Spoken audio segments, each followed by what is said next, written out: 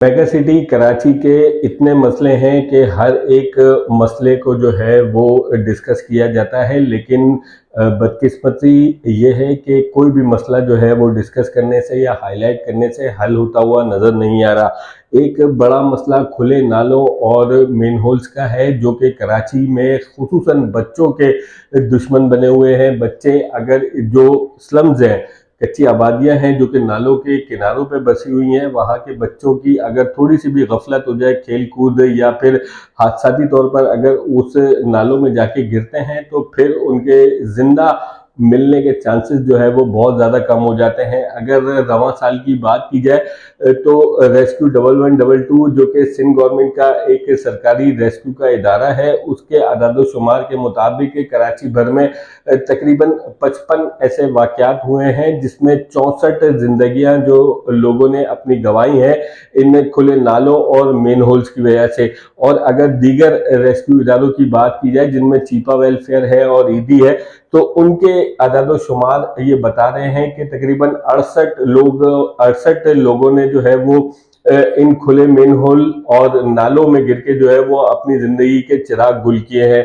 अगर अब बात की जाए तो 6 रोज पहले एक अफसोसनाक वाकया सुराबगुट के इलाके में पेश आया था, जहां पे एक बच्चा जिसका नाम उजैर बताया जा रहा है, वो इस नाले में गिर गया था। लेकिन अभी तक ये देखा जा रहा है कि 6 रोज हो चुके हैं इस वाकये को और इस बच्चे का कोई सुराग नहीं मिल सका है। जेर नजर फुटेजेस में आप देख सकते हैं कि किस तरह से जो है वो उसकी सर्चिंग का अमल जारी है, लेकिन अब ये देखा जा रहा है क्योंकि 6 रोज गुजर चुके हैं तो रेस्क्यू के इदारे भी जो है वो शायद तलाश करके इस बच्चे को थक चुके हैं। और अहले खाना अब ये इल्जाम लगा रहे हैं कि रेस्क्यू के इदारे जो है वो काम नहीं कर रहे। ये बात जो है वो किसी हद तक दुरुस्त भी है, लेकिन किसी हद तक जो है वो गलत भी है, क्योंकि इब्तदाई दिनों में हमने खुद इस ऑपरेशन को मॉनिटर किया था स्पॉट पे जाके, तो ये देखा था कि रेस्क्यू के इदारे जो है वो बिल्कुल काम कर रहे थे। लेकिन अब क्योंकि 6 रोज गुजर चुके हैं और बच्चे के मिलने की जो उम्मीदें हैं वो कम हो चुकी है, लिहाजा जो है वो इदारे रिलैक्स हो गए हैं। और फुटेजेस भी जो है वो अहले खाना के मुताबिक ये बता रहे हैं कि ये रेस्क्यू के जो एहलकार हैं ये पुल के नीचे छाँव में, क्योंकि मौसम शदीद गर्म है तो पुल के नीचे छाँव में जो है वो आराम करते हैं और फिर एक दो बार तस्वीरें खिंचवा के अपने अफसरान को भेज देते हैं। अहले खाना ये बता रहे हैं कि उनके खानदान के 25 लोग जिन्होंने मुख्तलिफ टीमें बनाई हैं, वो जो है वो मुख्तलिफ मकामात पर बच्चों को सर्च कर रहे हैं। उसका बाप जो है वो शिकवा करता हुआ नजर आ रहा है, जिसका बयान भी आप जो है वो सुन सकते हैं। दिन से हो गए हमारी ये रेस्क्यू की टीमें कोई काम नहीं कर रही है।